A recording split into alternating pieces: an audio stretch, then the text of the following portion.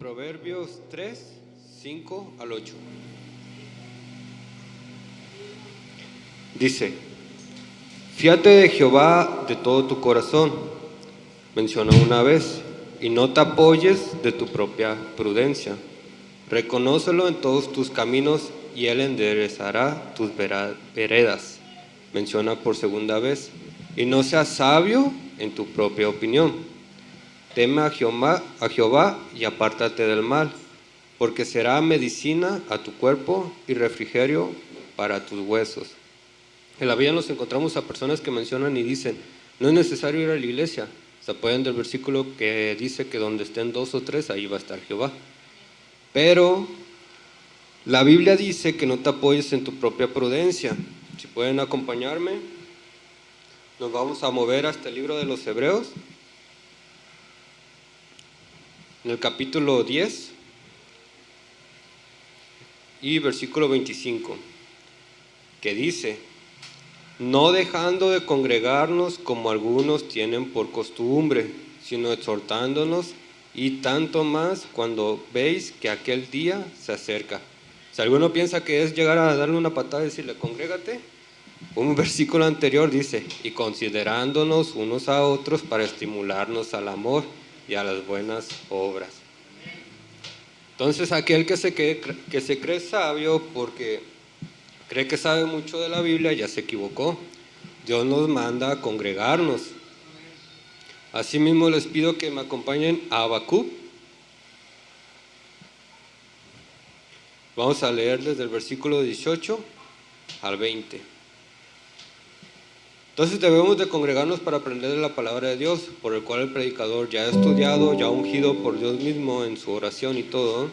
Vamos a aprender para que nosotros no tergiversamos la escritura a nuestra propia conveniencia, como decir que no es necesario ir a la iglesia. Pero así mismo, como expresa Habacuc, hay otra razón. Desde el 18: ¿de qué me sirve la escultura que esculpió el que la hizo? La estatua de fundición que enseña mentira. ¿Para qué haciendo imágenes muda confía en el hacedor de su obra? Hay de aquel que dice al palo: despiértate, y a la piedra muda: levántate. ¿Podrá él enseñar? He aquí está cubierto de oro y plata, y no hay espíritu dentro de él. Pero el punto que yo les quería referir: mas Jehová está en su santo templo, calle delante de él toda la tierra. Jehová está presente aquí con nosotros, hermanos. Vamos a recibir su palabra. Les pido, antes que nada, si alguno quiere orar por el que va a traer el mensaje, no están obligados. ¿No? Bueno, lo voy a hacer yo. Voy a pedirles que inclinen su rostro, cierren sus ojos para no distraerse. Padre bendito, te pido en este momento por quien va a traer la palabra, seas tú que hable a través de él. Expresa tus palabras, tus mensajes, tu sentir, y que no sea la carnalidad del hermano que va a predicar. Abre nuestros corazones a lo blando, a tu palabra. Abre nuestra mente, no nos hagas necio ante ti. Ayúdanos, Señor, a ser mejor cada día. Bendice la vida del hermano y bendice la vida del pastor y su familia pastoral. La iglesia, la vida de la hermana Noemí y del hogar que nos presta para podernos congregar, Padre bendito. Exaltado seas en todo momento. Amén.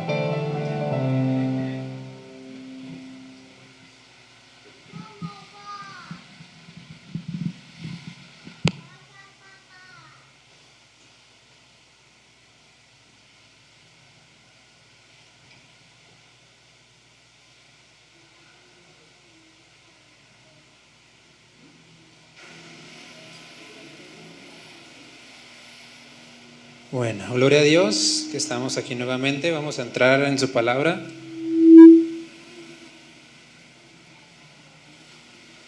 Y bueno, la semana pasada fue un mensaje un poco diferente, no fue relacionado directamente a la serie, aunque es bueno recordar que siempre nuestros ojos deben de estar en Jesús y todo mensaje debe responder al llamado de Jesús. Si usted va a una iglesia y no predican de Jesús, pues salga de esa iglesia, ¿no? Todo siempre tiene que estar enfocado en Jesús. Y la última vez Antes de irnos a celebrar allá el domingo pasado, ¿se acuerdan qué libro nos quedamos? Ya estamos así de acabar. ¿Eh? ¿Qué, perdón? En Zacarías, ¿sí? En Zacarías. ¿Y recuerda ahí más o menos qué fue lo que vimos o no? Nos basamos en un ejemplo de la obra de Cristo, de una persona. ¿Sí sabe de quién? No es Zacarías, exactamente. Zacarías profetiza de otra persona, en el cual se ve aplicada la obra de Cristo, que fue un reflejo de nuestra vida, de la obra de Cristo en nosotros. De alguien que tiene un nombre que aparece en la Biblia, conocido, un sumo sacerdote, que se llama igual que un guerrero, que siguió en el servicio después de Moisés, Josué. Josué, hijo de Joiada, que fue el sumo sacerdote después de que Israel regresó, Judá regresó de la deportación, ¿sí? Y vimos cómo en él Dios aplicó la obra de Cristo, ¿sí? Realmente vemos cómo el diablo lo presentó, le dijo, mira cómo está vestido de ropas viles, y el ángel de Jehová, el ángel de Dios, que es Cristo, pues lo que dijo es, yo lo limpio, ¿no? Yo lo hago santo, yo le quito todas esas ropas inmundas, todo lo que pueda tener o afectar la comunión que pueda haber de él para conmigo, yo lo quito. Y dice que el ángel le dijo, cámbienlo de ropa, tus pecados te son perdonados. Y vimos cómo nosotros no hacemos nada para ser salvos, ¿sí? Es Cristo quien aplica su obra en nosotros. Necesitamos acercarnos a Él en fe, pero quien hace toda la obra es Jesús. Y hoy vamos a seguir ahí en Zacarías, porque de hecho Zacarías tiene en específico 3 partes donde habla, bueno, ese es el caso de Josué, de la obra de Cristo. Otra parte habla específicamente de 2 profecías. Hoy vamos a ver una de ellas acerca de Cristo. Y esa está ahí en Zacarías, capítulo 9, versículo del 9 al 11. Zacarías 9, 9 y 11. Y les digo que ya estamos por concluir esta serie, porque en el Nuevo Testamento pues ya tenemos la revelación completa de quién es Cristo, ¿no? Es más difícil a veces irnos al Antiguo Testamento y ver, pues como que de pronto uno piensa, no, es que Jesús apareció hasta el Nuevo Testamento, y no, todo lo que hemos visto nos habla de que desde antes Dios ya estaba hablando de su Hijo, ¿sí? Y ya pues en el nuevo pacto está totalmente revelado, amén. Zacarías 9 del 9 al 11. Dios le dice a su pueblo, alégrate mucho. ¿Cuánto? Mucho, no poco. Alégrate mucho, hija de Sión. Da voces de júbilo, hija de Jerusalén. He aquí tu rey vendrá a ti, justo y ¿qué? Y salvador, humilde, cabalgando sobre un gran caballo, así bien majestuoso. ¿Sobre qué? En algunas versiones dice sobre un pollino de asna, en otras dice sobre un hijo de un asna, o en otras versiones incluso puede decir sobre un burrito. El punto es que es sobre un pollino, hijo de asna.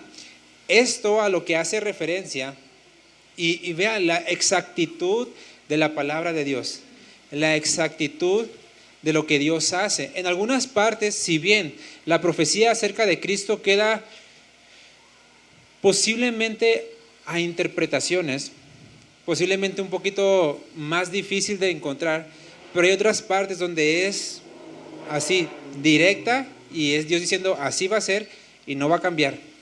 Porque dice, sobre un pollino hijo de asna, hasta ahí, ahorita vamos a seguir en lo demás. Un pollino hijo de asna habla de no de un recién nacido, de un asno recién nacido, sino de más bien un asno que nunca ha sido montado. Un asno, podríamos hasta decirlo de forma así peyorativa, virgen.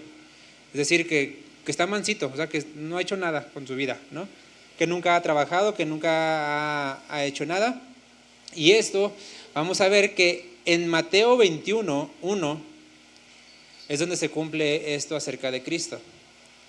Mateo 21:1 dice, cuando se acercaron a Jerusalén, hablando de Cristo y sus discípulos, vinieron a Beftagé, el monte de los olivos. Jesús envió 2 de sus discípulos diciendo: vayan a la aldea que está enfrente de ustedes y luego hallarán una asna atada y un pollino con ella, ¿sí? Desatadla y traédmelos. Y si alguien les dijere algo, digan: el Señor los necesita, y luego los enviará. Y Mateo, recuerden que Mateo era judío. Entonces, el evangelio de Mateo está predicado a judíos, para demostrar que Jesús era el Mesías prometido. Entonces, ustedes van a encontrar en el evangelio de Mateo que Mateo constantemente dice: esto lo hizo para que se cumpliese la profecía, o conforme a lo que estaba escrito de él, o según el profeta. ¿Por qué? Porque le estaba hablando a los judíos para que vieran que en Jesús se cumplían las profecías. Entonces dice Mateo: todo esto aconteció para que se cumpliese lo dicho por el profeta cuando dijo, y cita a Zacarías: digan a la hija de Sión, he aquí, tu rey viene a ti, manso y sentado sobre una asna, sobre un pollino, hijo de animal de carga. Los discípulos fueron, hicieron como Jesús les mandó, trajeron el asna y el pollino y pusieron sobre ellos sus mantos, y él se sentó encima, y la multitud, que era muy numerosa, tendía sus mantos en el camino, y otros cortaban ramas de los árboles y las tendían en el camino. Y la gente que iba delante y la que iba detrás aclamaba diciendo: Hosana al Hijo de David. Y no era como que Hosana, sí, Hosana, Hosana al Hijo de David, como algunos de nosotros comprenderemos cuando alabamos al Señor, ¿no? O cuando decimos que le alabamos. Dice, aclamaban, ¿sí? Era como cuando han visto los partidos de fútbol, ¿no? Que gritan Chivas, aunque van a perder, pero gritan Chivas, ¿no? Era un clamor que era Hosana, o sea, muy fuerte, y no solamente era gritarlo, sino era una expresión viva del corazón, ¿sí? No era nada más estar ahí, Hosana, Hosana, Hosana, Hosana. No, era un clamor grande. Hosana al Hijo de David, bendito el que viene en el nombre del Señor, Hosana en las alturas. Porque ellos precisamente sin saberlo estaban obedeciendo a una profecía de Dios. Es donde entendemos y vemos cómo la soberanía de Dios funciona aún que nosotros no sepamos, ¿no?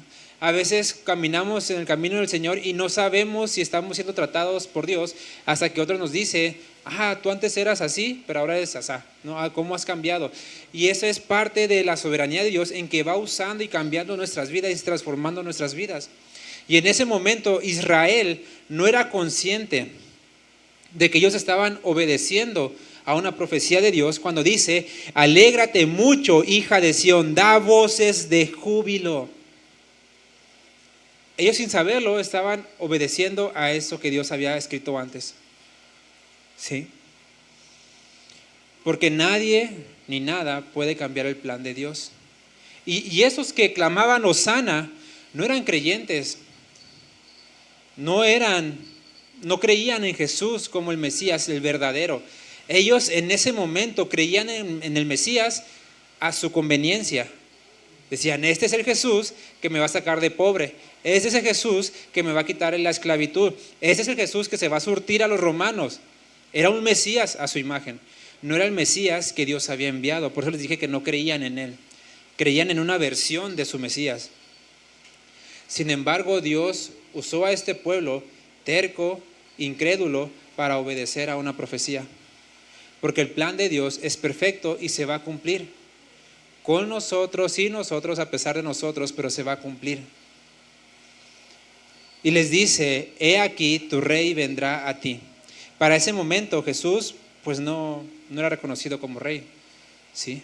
Sin embargo, ellos al cantar estaban reconociendo un reinado, porque decían: Hosana, Hosana, Hosana al Hijo de David. Ellos estaban reconociendo el linaje de un rey. Estaban reconociendo que Jesús en su sangre portaba los genes, la sangre de un rey, que bien legalmente podía ser rey de Israel, aunque no lo reconocían como rey, ¿sí? Les digo esto, ¿por qué? Porque esa misma gente que canta Hosana, que cantó Hosana al Hijo de David, bendito el que viene en nombre del Señor, fue el que días, o sea, no fue un mes, un año después, no, días después gritaron, crucifíquenle. Sí. Es por eso que no podemos confiarnos en el corazón del hombre.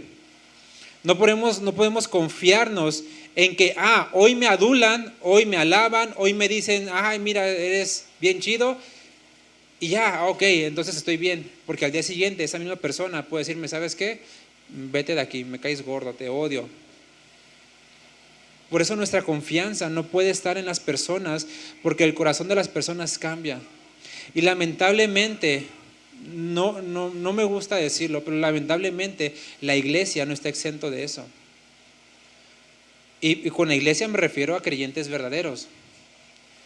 Porque aún como creyentes verdaderos, nuestro corazón hacia otras personas cambia, porque nosotros somos cambiables, nos amoldamos a muchas cosas, y no tendría que ser así, pero lamentablemente pasa, porque somos imperfectos, porque nos dejamos dominar por el pecado, porque nos dejamos dominar por condiciones externas que afectan a nuestras vidas y respondemos contra otros. Muchas veces olvidamos lo que Jesús hace y hizo por nosotros y nos enfocamos en lo que los demás pueden hacer por mí, en lo que los demás, en cómo me tratan los demás. Entonces, cuando ya no me tratan como yo quiero, yo respondo pues de la misma forma. ¿Sí? Cuando Jesús dice, no, si te dan una cachetada, tú pon la otra. ¿Sí? A veces estamos tan metidos en nuestras vidas que dejamos de lado que estamos en un cuerpo. Y que dentro de ese cuerpo, así como el pueblo de Israel cambiaba su mentalidad, dentro de la iglesia, varias veces y muchas veces podemos cambiar de mentalidad y aún así tenemos que seguir amándonos, soportándonos, honrándonos. Aunque lo que me haya dicho tal hermano o hermana no me haya gustado, pues yo lo voy a seguir tratando con amor, con paz. Porque no podemos estar validando o basando nuestras vidas en la opinión de los demás. Imagínense, ya no habría pastores en ninguna iglesia. Si un pastor estuviera esperando la validación de la iglesia, en ninguna iglesia tendría pastor. Sí. Por eso tenemos que entender, y esto nos va a ayudar mucho, nos ayuda mucho y quita de nosotros mucho peso. El no esperar, digo, suena gacho, ¿no? Pero el no esperar nada de nadie. No estoy yéndome al lado de, ya no sean amigos, ¿saben qué? Divídanse, háganse. No, sino el hecho de, yo voy a dar lo mejor de mí. Yo voy a mostrar el amor. Yo voy a acercarme a ser de bendición a los demás sin esperar la respuesta del otro. Porque muchas veces queremos ir y servir esperando que nos digan, ay, qué bonito sirves. O me agradó mucho el mensaje de hoy, o me gustó mucho lo que dijiste, o me gustó mucho el regalo o el servicio. Si nos basamos el servicio en lo que me dirán, nadie serviría. ¿Sí? Por eso es importante entender, la vida cristiana no se trata, y Jesús lo dijo, no se trata de, ven, a ver qué recibo, se trata de dar, de yo voy a dar, sin esperar nada a cambio, porque eso fue lo que Jesús hizo. Él siendo alabado, a los días, horas después, fue maldecido por esta misma gente. Y dice Jesús, si al maestro lo trataron así, pues ¿qué le esperan a los discípulos? Entonces, ahí en Zacarías, regresando, no me voy a centrar en esto, todo eso fue la introducción, sino en la parte, hablando de Cristo, donde dice, vendrá tu rey a ti, justo y salvador, humilde. En esas tres partes, justo, salvador y humilde. Porque el ser justo y salvador parece como muchos lo ven como contrario, porque al mismo tiempo es el juez y al mismo tiempo es el que salva. ¿Por qué? Nos quedamos ahí en Zacarías 9:10. Dice, y de Efraín destruiré los carros y los caballos de Jerusalén. A ver, espérame, aquí está algo medio raro. Dios le dice a su pueblo, ahí viene tu rey, a Jerusalén, ahí viene tu rey, justo, salvador, humilde. en un pollino de asna. Pero inmediatamente les dice, y yo los voy a destruir a ustedes. Al mismo pueblo que le habla y le dice, viene tu rey a salvarte, es al mismo pueblo que le dice, yo te voy a destruir. ¿Sí? Y de Efraín destruiré los carros y los caballos de Jerusalén, y los arcos de guerra serán quebrados, y hablará paz a las naciones, y su señorío será de mar a mar, y desde el río hasta los fines de la tierra. Y tú también, por la sangre de tu pacto, serás salvo. Yo he sacado tus presos de la cisterna en que no hay agua. Es un mensaje que está hablando Dios a su pueblo, en el cual parece haber como un conflicto ahí. ¿Por qué? Está hablando de un rey que viene a salvar. Sin embargo, él deja claro, este rey es justo. Y en medio de su justicia, sí o sí va a tener que destruir lo que no es justo, aún de su pueblo. Sin embargo, dice, en medio de eso va a haber paz. Y dice, continúa diciendo, todo va a ser quebrantado, los caballos, los carros, los arcos. Pero dice más adelante, por la sangre de tu pacto serás salva. Ahí está metiendo todo lo que es la obra de Cristo. Ciertamente, ya lo hablamos el domingo pasado, Cristo vino a salvar. Cristo vino a traer salvación al mundo, no a condenar al mundo. Sin embargo, el mundo decide condenarse por su propia cuenta. ¿Cómo? Rechazando a su rey. Porque el rey viene a reinar. El rey no viene a decir, ¿qué rey conocemos nosotros que haya venido, a excepción de Cristo, a servir? Cualquier rey del mundo, de cualquier imperio, de cualquier gobierno, cualquier rey, viene a que lo sirvan. Viene a gobernar. Solamente un rey ha venido a servir, pero no vino en posición de rey, vino en condición de siervo, como lo dice la Biblia. Ahora, este rey va a regresar, pero ya no va a regresar a servir. Va a regresar a establecer un gobierno, a establecer un reinado. En los reyes que conocemos, que se puede imaginar, o de lo que usted conoce que fue un rey, es la máxima autoridad de cualquier gobierno. ¿Sí? Ahorita hay monarquías, bueno, que tienen nada más la figura de un rey, pero no es un rey como el de antes, ¿sí? Porque ese rey ya está gobernado de forma indirecta por ministros. ¿Sí? Entonces, directamente el rey no es quien dice, esto se va a hacer así y punto, se hace. No es una monarquía ya, es nada más como una figura. Pero anteriormente el rey no era nada más una figura, era la máxima autoridad, y lo que decía el rey se hacía, le importara a quien le importara, y a quien no le importara pues ni modo. Pero el rey establecía su reinado sí o sí, y ese reinado no era una democracia. Si alguien decía, no rey, es que a mí no me parece, el rey decía, bueno, voy a cambiar la ley. Aunque el pueblo se levantara, aunque el pueblo hiciera huelga, el rey decía, se hace lo que yo digo. Aunque los consejeros, aunque hubiera gobernantes, aunque hubiera ministros, el rey decía, se va a hacer lo que yo digo que se haga. Si el rey andaba de malas, pues ni modo, pelaban. Si el rey andaba de buenas, pues qué bueno, ¿no? Pero estaban sometidos al gobierno de una persona. Miles de personas se sometían al gobierno de una persona, y no había quien dijera, no podías decir nada en contra del rey. Hablar en contra del rey era una pena de muerte. En cualquier reino, de hecho, hay una historia una vez del rey David, donde muestra misericordia, y la pasamos ya algún tiempo. Cuando pasa el asunto de Absalón y se pelea con David, pues Absalón como que quiere dar un golpe de estado contra su papá.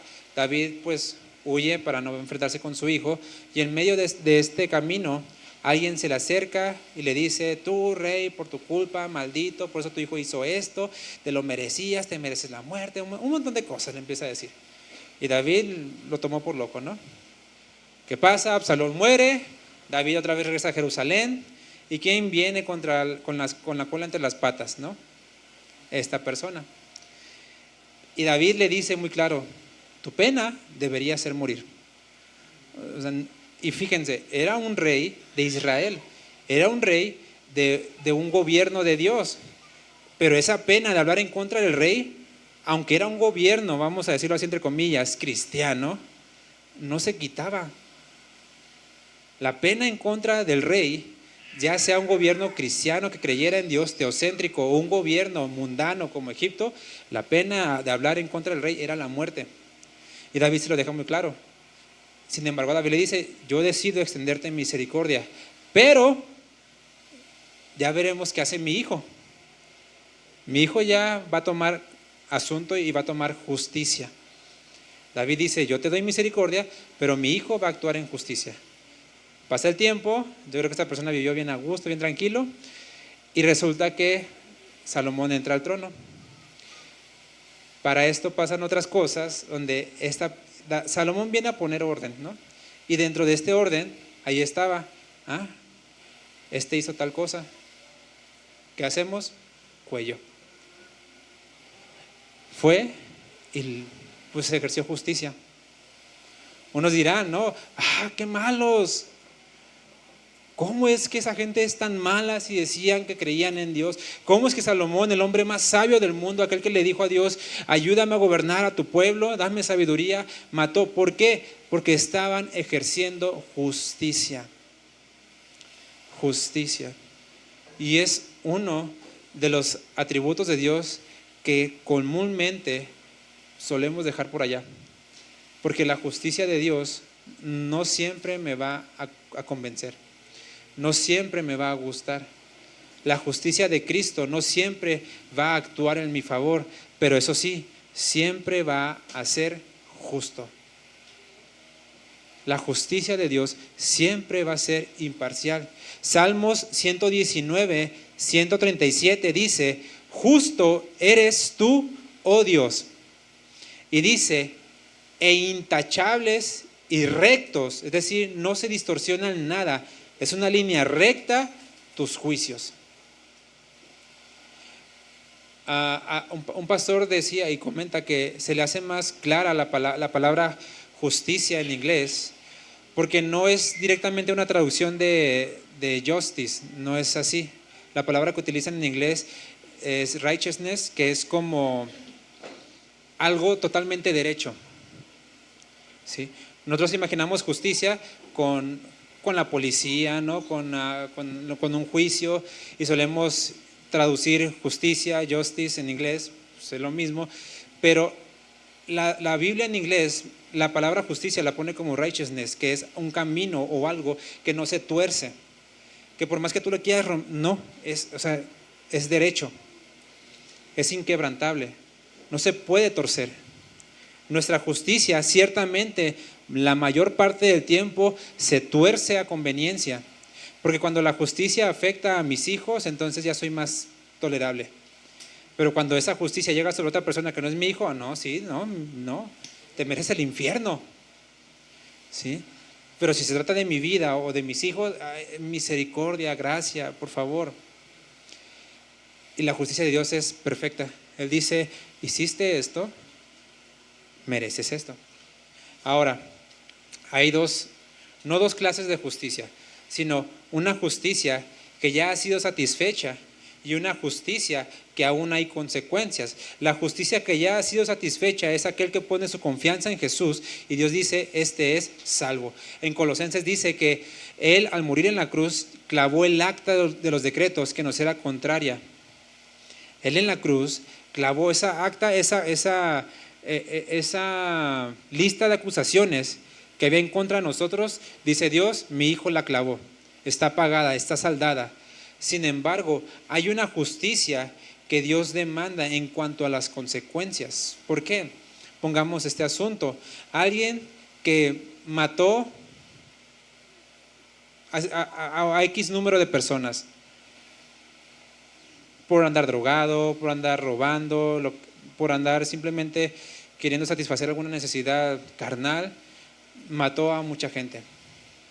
Esa persona, sin haber sido enjuiciado, sin haber sido atrapado por la policía, se convierte a Cristo. Cree en el Evangelio, le es predicado, se bautiza, pero ¿qué creen? ¿Que no es salvo o que sí es salvo? Sí es salvo, ¿verdad? Es la justicia de Dios que ya puso en lugar de Cristo. Pero hay una justicia que Dios dejó en el mundo donde dice, hay un precio que pagar por lo que hiciste. La policía lo va a seguir buscando, ¿sí? Y él, en consecuencia a lo que hizo, tendría que ir a entregarse. Lo van a meter a la cárcel y no por eso puede decir, ay Dios, pues no que tú me ibas a salvar, pues no que tú me ibas a guardar. No, no, porque está pagando ciertamente las consecuencias por un pecado o varios pecados que cometió anteriormente. Y esas son las consecuencias de que Dios dijo, la paga del pecado es la muerte, ¿sí? Porque el pecado a veces creemos que solamente es un jueguito de niños y que como no me pasó nada, pues la libré. Pero la justicia de Dios es perfecta e intachable y a Él no se le pasa nada, nada de nada de nada. Y nosotros muchas veces vivimos queriendo aceptar la justicia que sí me salva, pero rechazar la justicia que me trae las consecuencias de lo que hice. Es como que, Señor, sí, sálvame, pero al mismo tiempo, o sea, hazme paro, ¿no?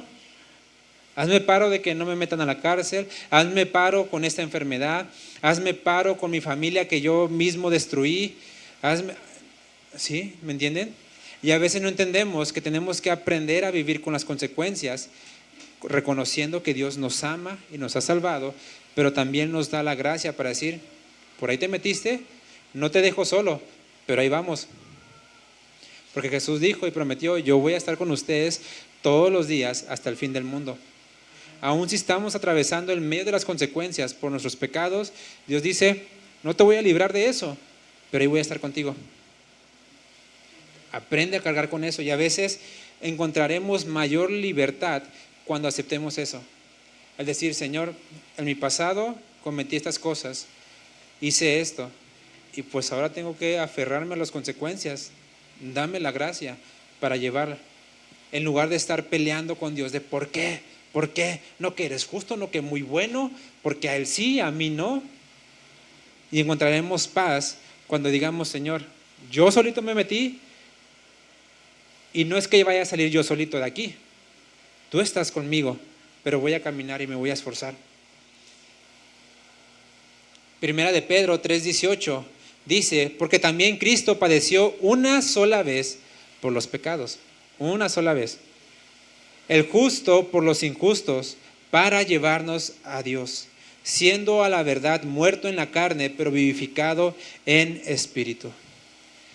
Cristo murió una sola vez por nuestros pecados.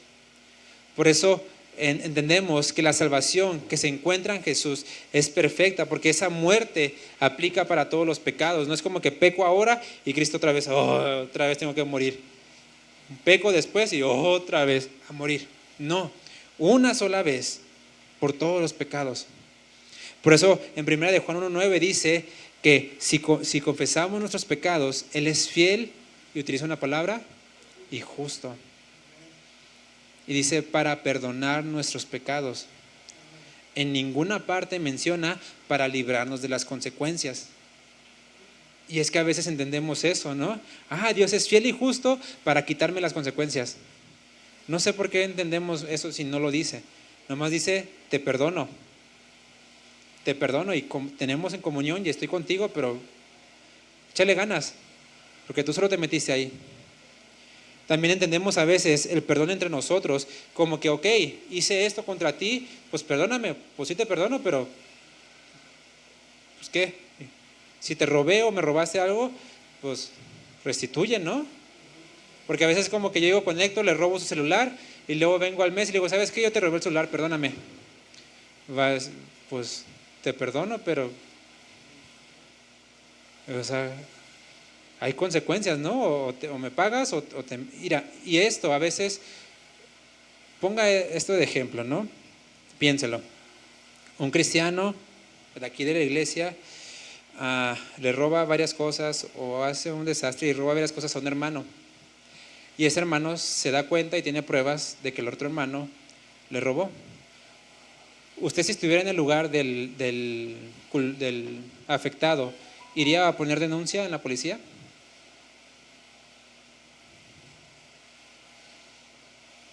¿Qué haría? Porque uno dice, no, pues es que dice la Biblia, perdónense los unos a los otros las ofensas. Y luego si viene este hermano y le dice, ¿sabes qué? Yo fui el que te robé de todo eso, tu dinero, si tienes joyas, celular, lo que sea, yo te los robé. Pues perdóname, ¿no? Porque tenía necesidad de mantener a mi familia, tenía necesidad de esto, perdóname. ¿Irían a denunciarlo? Si te dice, muestra el amor de Cristo por mí, así como Cristo perdonó nuestros pecados, dice la Biblia, hasta 70 veces perdónalo y perdónalo.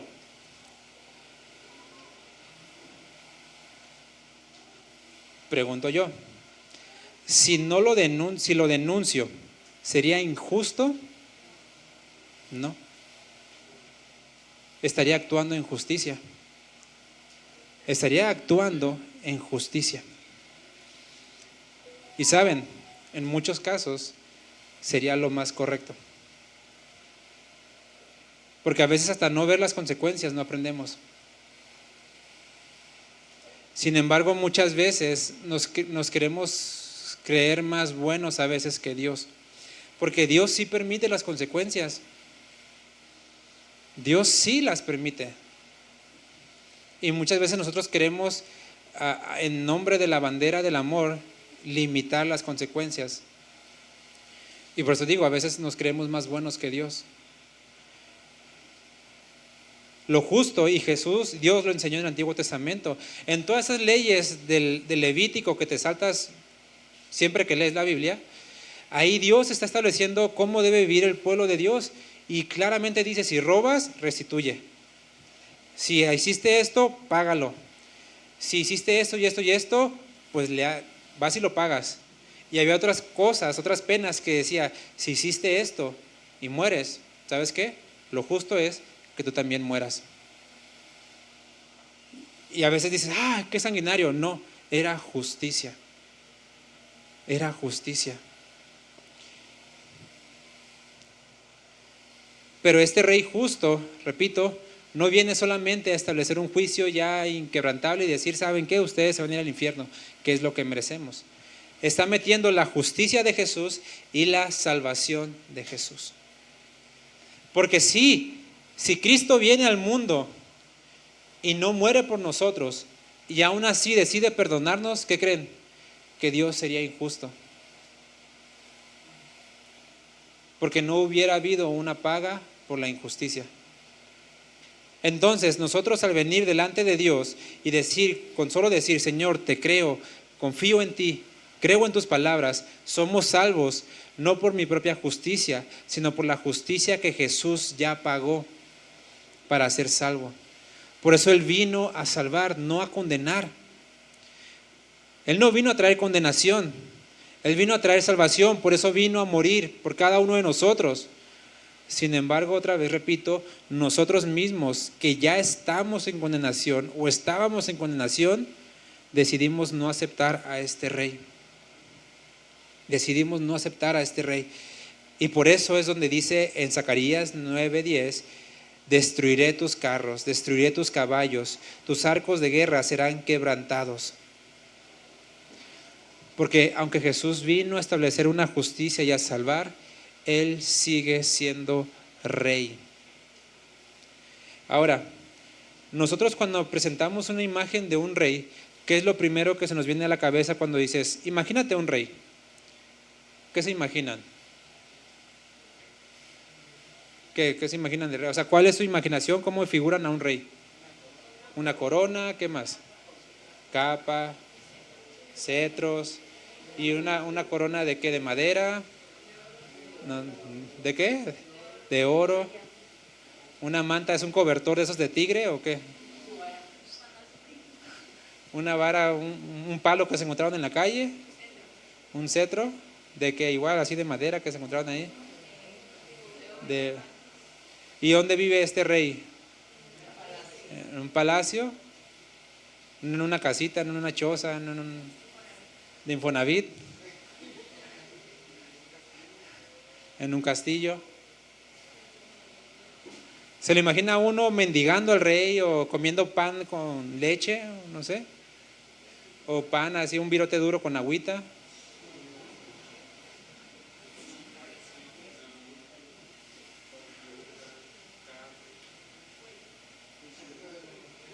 Lo mejor de lo mejor, ¿verdad? Hay una diferencia de los reyes del mundo a este rey. Y con los reyes también incluye a los gobernantes, ¿no? Quien ha visto a un gobernante, hay sus excepciones, ¿no? No voy a decir, es una regla general. Pero en los gobernantes, por lo general, ¿quién anda en un bocho? ¿O quién anda en un suro? Digo, hay sus excepciones, pero en general andan en unas camionetas, pero irán bien buenas, ¿sí? Andan en sus carros bien y escoltados, ¿no?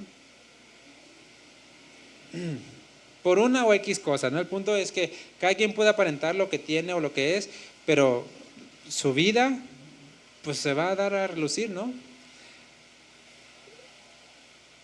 Este rey es diferente. Ahora, todos esos lujos que se dan los reyes y todo, pues está en sus posibilidades, ¿no? Pero aquí la Biblia habla de un rey justo y humilde. Viene a salvar, pero dice algo de este rey. Es un rey humilde. Humilde. Ahora, este rey humilde ya vino en forma de siervo. Jesús, estando en la cena de la Pascua con sus discípulos, les dice: yo les voy a lavar los pies. Yo les voy a lavar el mugrero que traen allá abajo, ¿no? Y los apóstoles, ¿cómo? O sea, si tú eres el maestro, ¿cómo tú? Dice, bueno, si yo siendo su maestro hice esto por ustedes, les estoy dando ejemplo para que ustedes hagan lo mismo. Jesús dijo: aprendan de mí que soy manso y humilde. Y él no lo decía de boca ligera, él vivía en humildad, porque él tenía todo el poder, toda la riqueza, todo lo que podamos imaginar, él lo tenía, lo tiene, lo es. Por eso dice la Biblia que en su pobreza fuimos enriquecidos. No hablando de cosas materiales, porque siempre nos vamos por esa tangente. Jesús hizo pobre para que yo tuviera mis millones. No, no habla de eso. Sino que él se despojó de esa majestad, no de ser Dios, sino de esa majestad, porque nunca dejó de ser Dios ni hijo del rey. ¿Sí? Es como un rey que baja a conocer al pueblo y se pone un disfraz o una manta de pobre, no deja de ser hijo del rey por cambiar de ropa. Jesús siguió siendo un rey, pero vino a mostrarnos la humildad. Tito 3, 4 al 7 dice: cuando se manifestó la bondad de Dios, es decir, lo bueno que es Dios, nuestro Salvador, y su amor para con los hombres, nos salvó. No por las justicias, no por las obras que nosotros hubiéramos hecho, es decir, no porque venías a la iglesia cada domingo, no porque leías la Biblia, no porque hacías oración, no porque ayunabas, dice, no te salvó por eso, sino por su misericordia, por el lavamiento de la regeneración, es decir, por el ser hechos nuevos, y por la renovación en el Espíritu Santo, el cual derramó en nosotros, y no dice poquito, abundantemente. Es la misma palabra o expresión que Jesús utiliza cuando dice: yo he venido a darles vida y vida en abundancia. No habla de riquezas, de cosas materiales que siempre lo encajamos solamente ahí. No, puede que lo incluya, pero no lo embona solamente ahí. Habla de toda una vida de abundancia en cuanto a la abundancia que Dios quiere para nosotros, el cual derramó por Jesucristo nuestro Salvador, para que justificados, es decir, para que siendo justos por su gracia, porque la justicia de Dios es aplicada a nosotros por su gracia, porque Jesús vino a darnos y regalarnos su vida. Entonces, justificados por su gracia, venimos a ser herederos conforme a la esperanza de la vida eterna. Esta herencia, dice, aplica según las leyes del cielo, para que me entiendan, porque a veces entendemos lo que creemos de la Biblia, pero dice herederos conforme a la esperanza de la vida eterna. ¿Cuál es la vida eterna? el cielo donde está Jesús, que es conforme, que es de acuerdo a. Entonces dice, para que sean herederos de acuerdo a la vida que Jesús quiere que vivamos.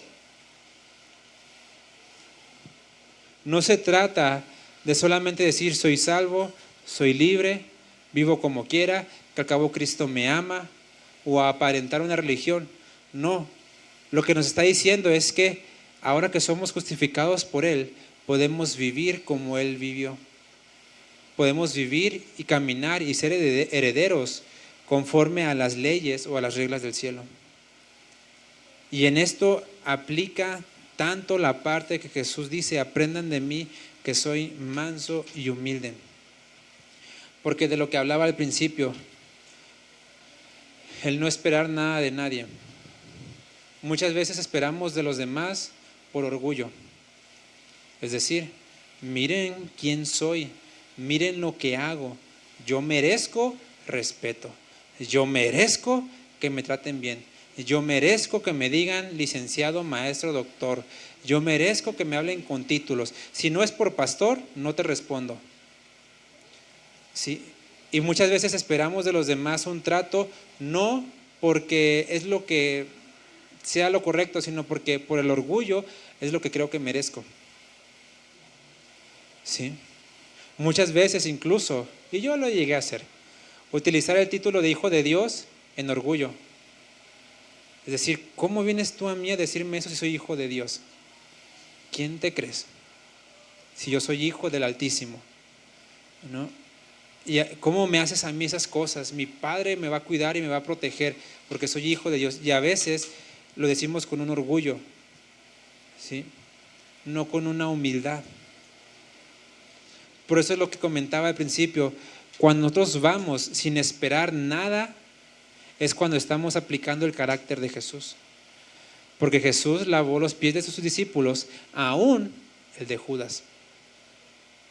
No dice la Biblia que iba con los 11, que los 11 llegó con Judas y no, sabes que te brinco, y los demás. No. Aún los pies de Judas, Dios lavó.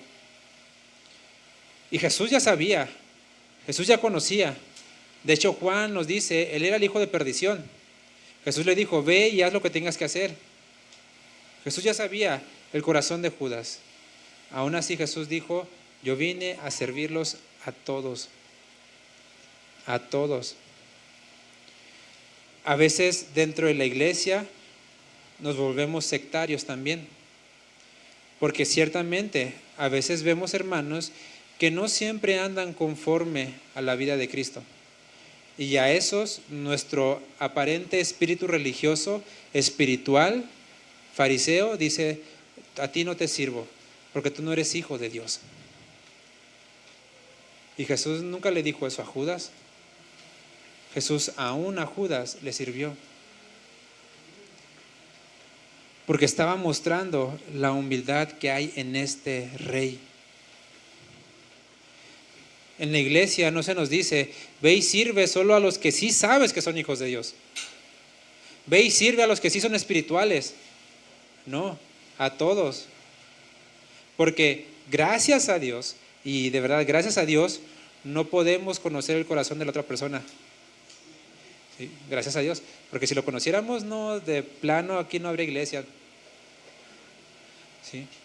Entonces, no podemos asegurar a ciencia cierta.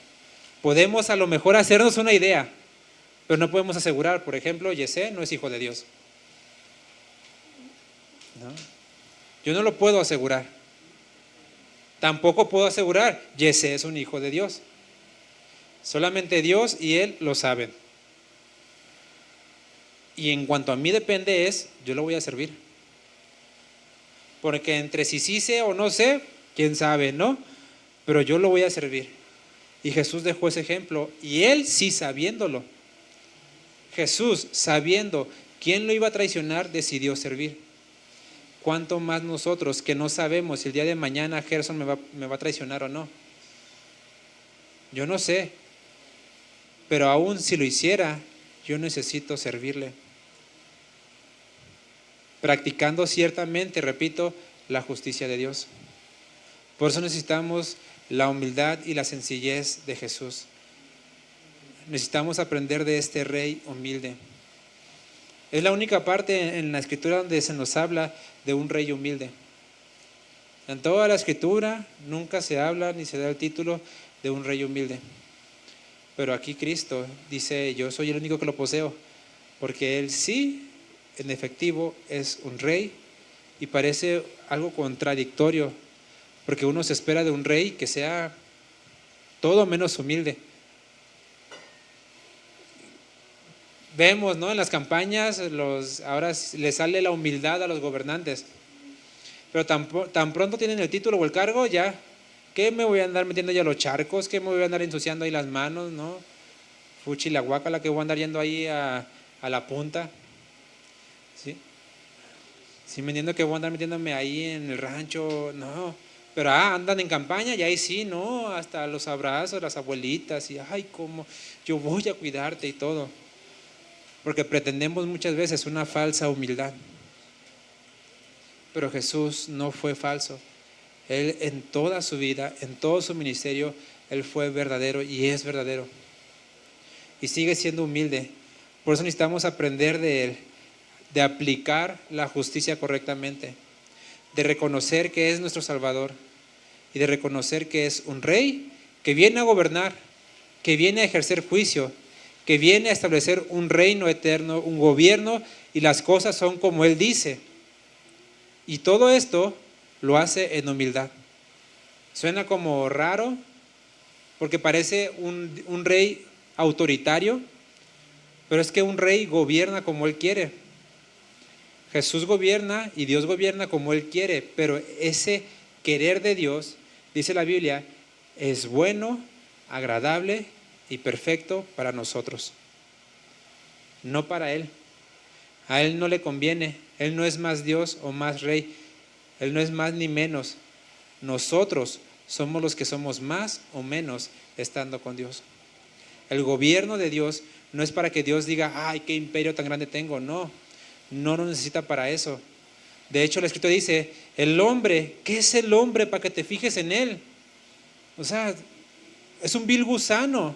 De hecho, en Deuteronomio le dice a Israel, porque a veces también a Israel se le subía, ¿no? Y le dice así, gusano de Jacob. O sea, por si te creías algo, Dios le dice, para mí eres un gusanito, que no te escogí porque fueras la mejor nación, porque fueras un tesorito, no, te escogí por mi misericordia, porque quise. Y así nosotros, dice la Biblia, o sea, si vemos a los ángeles, imponen, pero por mucho más que nosotros. Entonces, si es para que Dios tenga un ejército, pues no. Si es para que Dios tenga creaciones que le adoran, hay creaciones que le adoran mucho mejor. Si es creaciones devotas o leales a Dios, hay creaciones y leales mucho más devotas a Dios que nosotros. Porque al primer momento lo traicionamos. La primer creación, o sea, no se esperaron ni siquiera varias generaciones, la primer creación lo traicionó. Entonces, no se trata de hacer más grande a Dios, sino que ese rey que viene a gobernar, que viene a establecer orden, que viene a decir las cosas son así y no se cambian, es para nuestro bien. Porque todo eso que Él hace, aunque parezca y suene autoritario, lo hace en humildad. Lo hace en humildad, en un corazón que nos ama. Y dice la Biblia que nos anhela celosamente. Y no por darnos un valor, sino porque Él se mueve en gracia y porque Dios es amor. Y nos ama, y nos amó, y nos sigue amando. Pero Él dice, las cosas son así. Y si tú no cambias, pues lo siento, en mi reino no entras. Pero Dios nunca se va a moldar a nosotros. Dios nunca va a decir, pues porque tú eres mi hijo, porque tú me caes bien, porque tú serviste desde chiquito, porque tú estás en alabanza, porque tú predicaste, te voy a hacer el paro. No. Dice la Biblia que Dios no hace acepción de personas. De hecho, el apóstol Pablo, él mismo, siendo elegido por Cristo, predicando a los gentiles, haciendo milagros, teniendo autoridad apostólica, dice, yo me cuido para no ver que no venga yo siendo descalificado. Después de predicarles a muchos, después de ser un heraldo del evangelio, después de ser maestro, que yo mismo me descalifique, dice, no, prefiero no, mejor me mantengo en orden, porque la justicia de Dios aplica parejo para todos. Le invito a que cierre su corazón, que cierre sus ojos ahí tantito, no cierre su corazón, cierre sus ojos.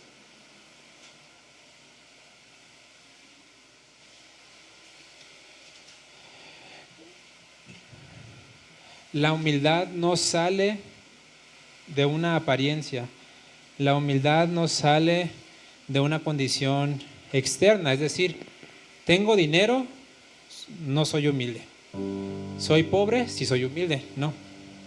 La humildad no radica en una clase social, la humildad no radica en la ropa que traes, no radica en las pertenencias que tienes. Puedes tener el iPhone más nuevo y aún así ser humilde. Puedes tener el Nokia más chafísima del mundo y aún así ser el más orgulloso. Porque la humildad nace de un corazón que dice, Señor, yo quiero ser como tú. Nace de un corazón que dice, Señor, ayúdame a cambiar.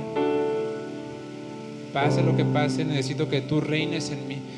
Y un corazón humilde no es aquel que dice, yo vengo a hacer esto, es aquel que dice, Señor, envíame a hacer aquello. El corazón humilde es el que considera al Señor en todos sus caminos, el que considera a Jesús en todos sus pasos, el que dice, esto agrada o no agrada a mi Señor.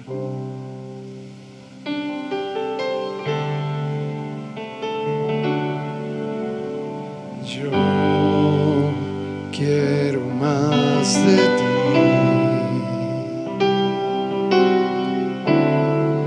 y habitar en tu presencia, menguar para que crezcas tú, cada día seré más como tú.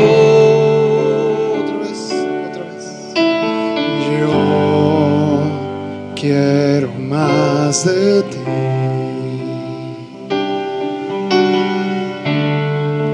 y habitar en tu presencia,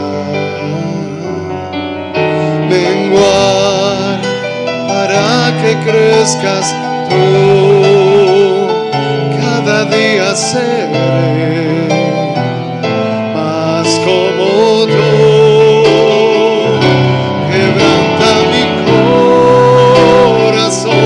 Quebranta mi vida, te entrego mi voluntad a ti. Todo lo que soy, Señor, todo cuanto tengo es tuyo. Yo quiero menguar para que crezcas tú.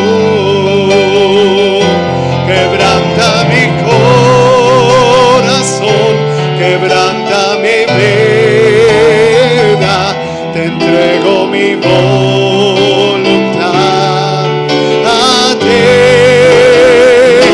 Todo lo que soy, Señor, todo cuanto tengo es tuyo. Yo quiero menguar para que crezcas tú. Quebranta mi corazón, quebranta mi vida, te entrego mi voluntad a ti. Todo lo que soy, Señor, todo cuanto tengo es tuyo. Yo quiero menguar para que crezcas tú. Yo quiero menguar para que crezcas tú.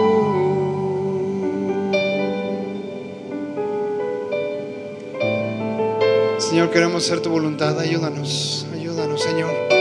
Quebranta, quita todo aquello de nosotros que aún no quiere ser entregado a ti, Señor.